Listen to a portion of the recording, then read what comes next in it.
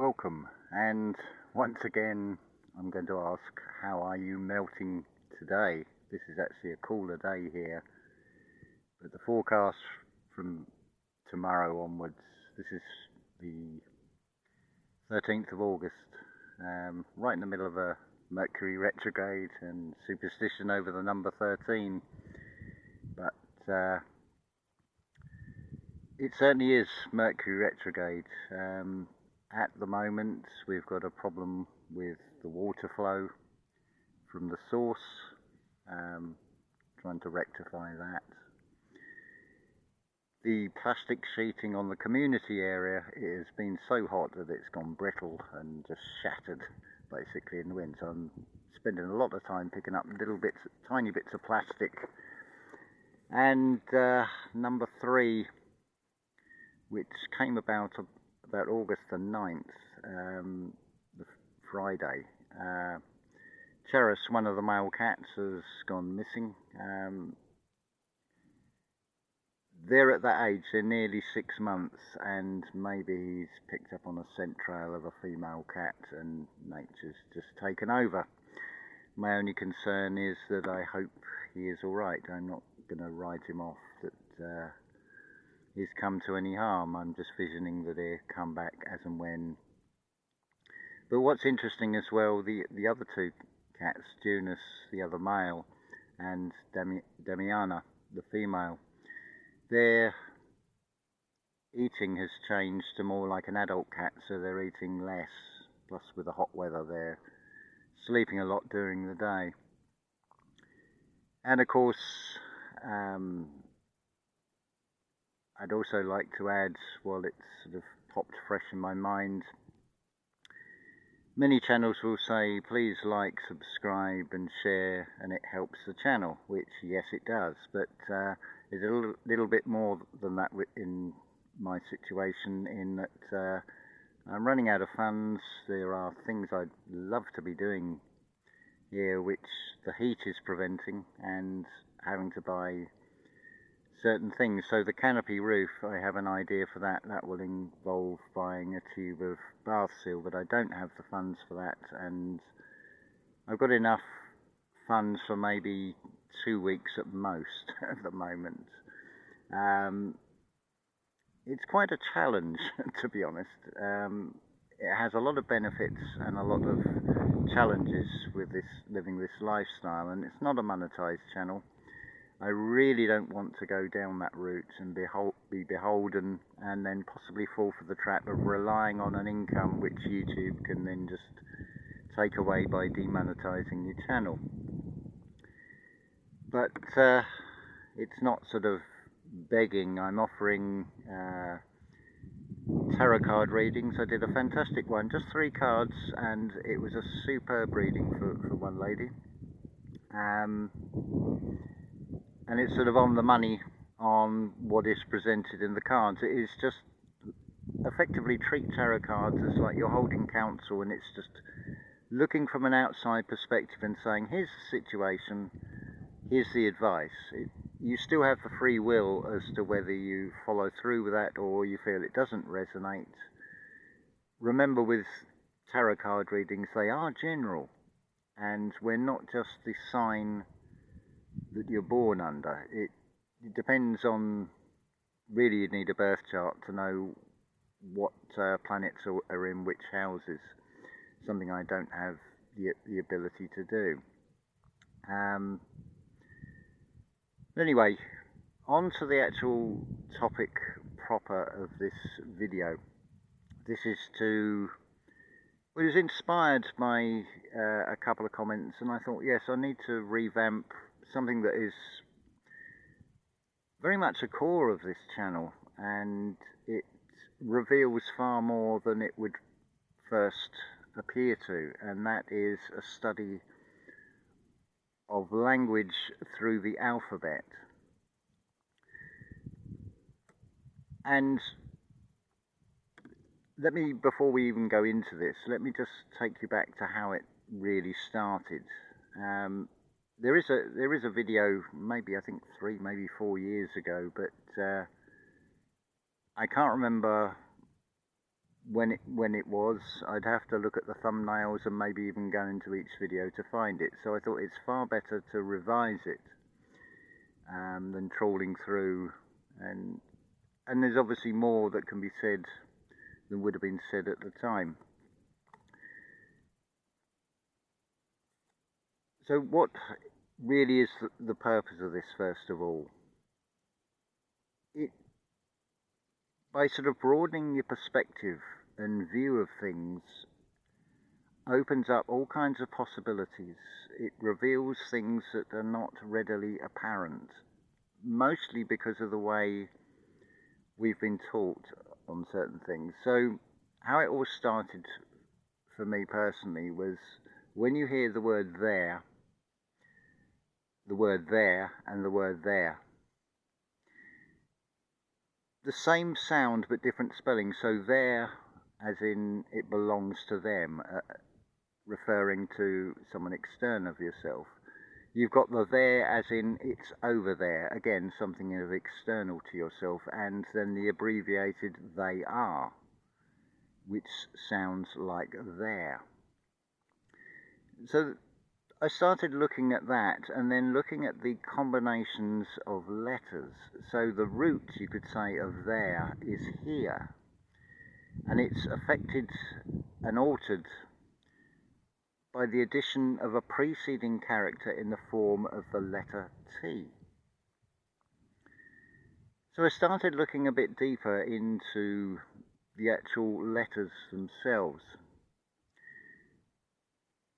As a sort of side note, it's interesting here, when we talk about the alphabet, we're referring to something that is made up of its first two characters from the Greek, the alpha and the beta, but we don't refer to numbers as the 1-2s. It's referred to counting. But when it comes to letters, it's referred to learning the alphabet rather than learning to count. So the descriptive word is actually made up from the characters of what it is the label is referring to, unlike numbers. The conclusion I came to that each character shape that forms each letter is basically a pictograph, a shorthand representation of something else.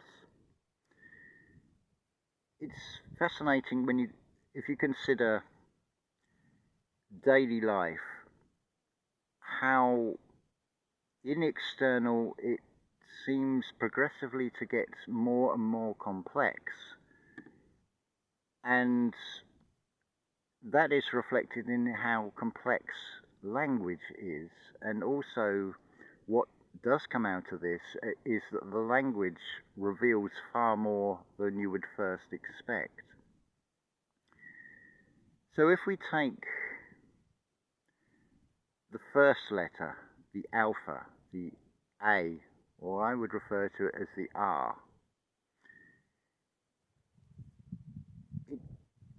if we look at that shape, it's basically like a triangle. It's not going to show on the screen, or at least I can't see it on the screen. But I think you know what we start with a capital letter A. If we start with the uppermost point, it almost represents like a light beam from a light bulb or a torch that is shining down a beam that gets wider. And it also has that horizontal line roughly halfway. I would suggest that that sort of represents something that precedes man, the source of everything that is, in a physical sense, is projecting down and it is spreading out, but there's a level to it that is contained within a triangle, a sort of upper level. This then leads on to the second character, the letter L. Now I'm going to go with the capital letters to illustrate this. We can come back to it and examine the lowercase letters in a future video. So the L, To my perspective, that is representing the lower calf and the foot. It's part of your leg, something you're standing on. That is followed by the letter P. Now that has almost a circle attached to an upright to the right. It's showing you like an upper perspective of something. The letter H, which is how I would pronounce it, it makes more sense to pronounce the letter with the actual letter and how it sounds to me. So you'd have mem and nen and ses and fef. So anyway, the H, it consists of two uprights that is bridged in the middle. That, to my mind, represents the action of the cell that splits into two, the sort of generation. So it sort of then begs the question, did language come first, or was there a knowledge of cell structure and how cells will form into cells that then became able to be expressed in language? Then of course you have another A, another R. That is, so that forms the first half, the alpha, the first. What comes second? The beta. Now the letter B, again, consists of the upright. Now it depends on the font, but effectively it's almost like showing a part of a number 8. It represents duality, it represents higher and lower. So you could say the character P is just showing you the upper part, the pie, the whole, as it were, from the higher perspective. The B is showing you the duality, the binary, external, the hot and cold, the dark and light. This is followed by the letter E. Again, it's an upright, and now it has three sections, three horizontal lines. Generally in the fonts, the middle one is shorter. To me, it is referring to E represents energy, and it is showing there is a higher path or a positive, there is a negative and it's lower, but there is a much shorter middle path. Depends where the energy is focused. Then of course you have the letter T. Again, it's an upright, but now it's balanced. It is the highest level. If you consider how you could express a lowercase t, you could express it as a line, and then a vertical line, and then a horizontal line, which would resemble something very much like a crucifix. As I said before, T represents God. It's you when you've attained your highest level. So a lowercase t, you could say from that, represents a crucifix, where the physical being is not attained that higher level. It's a belief system that you nail yourself to, so it's a crucifixion. It's the small t as opposed to the capital T, where you capitalize upon yourself. And then that, of course, is followed by another A. So in the Alphabeta, you actually have a trinity. So if I was to explain what Alphabeta actually means as a sentence, if we look at these characters, what I see in this is A, the first, the source, the alpha, becomes L, becomes man. So hence you have Elohim, or the L. So it's implying God in a human form that has the ability to see the pi, the letter P, is moving across from left to right. From this seeing all, it's expressed, it's replicated, it's in human form. L is also human, the letter H. So God became man, totally human God, in a realm of duality. And there's an energy to find the higher self by taking that middle path, that middle linear path in the character E, the shortest route, which will lead you back to source. The Alphabeta is very revealing. We're taught to be able to hear words that it only means this or it only means that. But if you find yourself where you encounter legalese, for example, you'll find that there are other meanings for exactly the same words. So what this ultimately reveals, it's not exactly a spoiler alert, but it's something I feel that summarizes this. The purpose of the Alphabeta is I see you. I'm going to come on to the individual letters and the shapes in a successive video. We'll make this part of a series carrying on from a closer look at, because we are going to be taking a closer look and examination of letters and words. Think of the term letters. It sort of implies, which it actually is, you are a spirit, you are God experiencing in a realm that has a finite to it.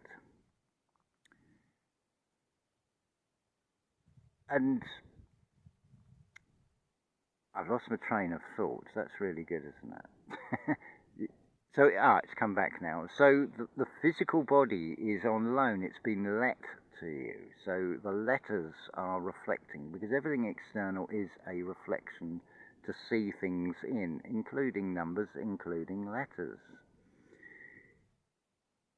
So why does it lead to I see you? Well, let's consider what I see you is. Well, it's one, you could say it's in its most literal sense, I see you, but it's referring to I see the real you, the soul recognition. It is also an abbreviation of intensive care unit. So let's have a look at that. The intense sieve. So it's something inward. There's a tension to it, a vibration, you could say, and it's a sieve. So it's a filtering. The care, when you see, and you split that off from care, you're left with R. So it implies being. Unit, well, that's you. The N of the sine wave replicates the movement of the sun. The it is the informed technology. Well, the physical body is a kind of technology. It also, you've got the T again. It ends in finding your higher self. The intensive care unit is when you give yourself the care inwardly. That is the real ICU, because by finding the ICU inside yourself, with everything being a reflection, you'll have this soul recognition with others around you. It's all vibration, it's all, another word you could say, is tension. So the 10, well, it's 1 and 0. So it's implying a binary code in the realm of duality. The 10 spirit, the S is spirit or soul. And it also could be serpent as well. It represents all three. So the 10 spirit, I, refers to the third eye on. It's illumination. It's seeing things with the mind's eye. Where you're at is what you attract, as Lana A. Labonte says. So if it has got your attention, anything that has got your attention, It is causing a vibration. It's where you're at. It's where you have the point you have come to. If you look at it's basically a lowercase a or a lowercase r, and almost encapsulated in a circle. It's a symbol for at. It implies in that it's where you're at. So I'm going to finish here with just a general overview of something. What I've noticed with these characters, these symbols. So you've got the R, the letter A, which is also the elemental symbol for air.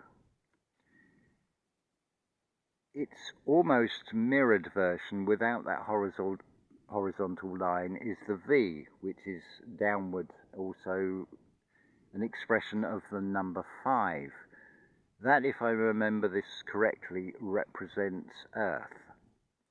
So the A and the V is showing you this is to do with air and Earth, which is diametrically opposite or opposed to, particularly in religion, as Levesque calls it, the eternal battle between fire and ice, two symbols that are not actually represented directly in the alphabet, whereas air and earth are represented by that first letter, the R or the A, and the V.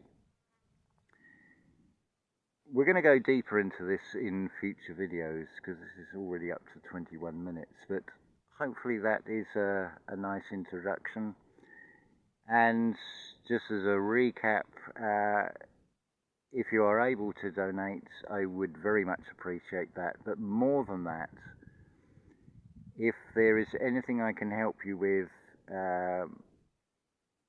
if you're feeling anxiety or depression, I'm offering my testimony and my experience of coming out the other side of these things, because as I started this video talking about Mercury retrograde and looking at what's happened, the cat goes missing, the canopy roof has disintegrated, and the water flow problem, which seems to be a sort of highlighted version of you're in Mercury retrograde. But as you can see, I'm not actually stressed about it because I'm not focusing my attention, which is going to cause an internal tension, something we would call worry. Words that end in Y are very interesting. It's a key question as well. We all want to know why.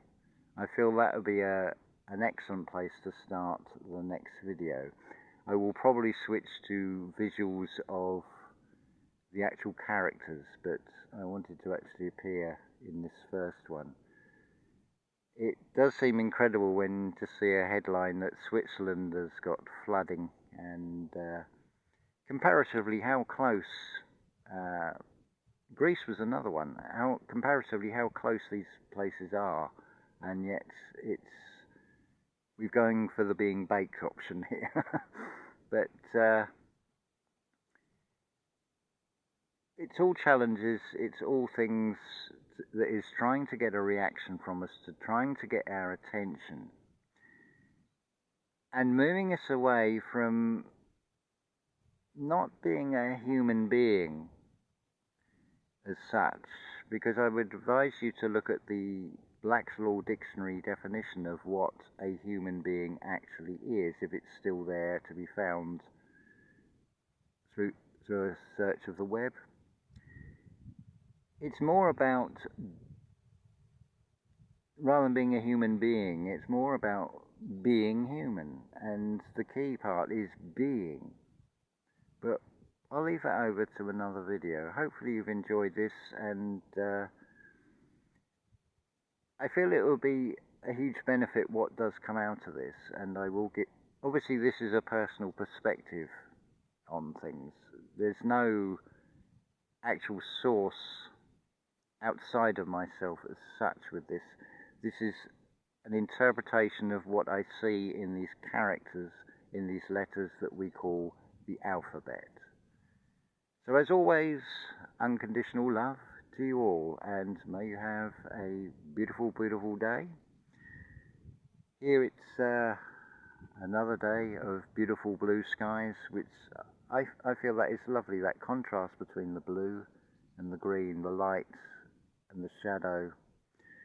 It sort of highlights that this realm is one of duality as much as anything else. So as always, unconditional love to you all.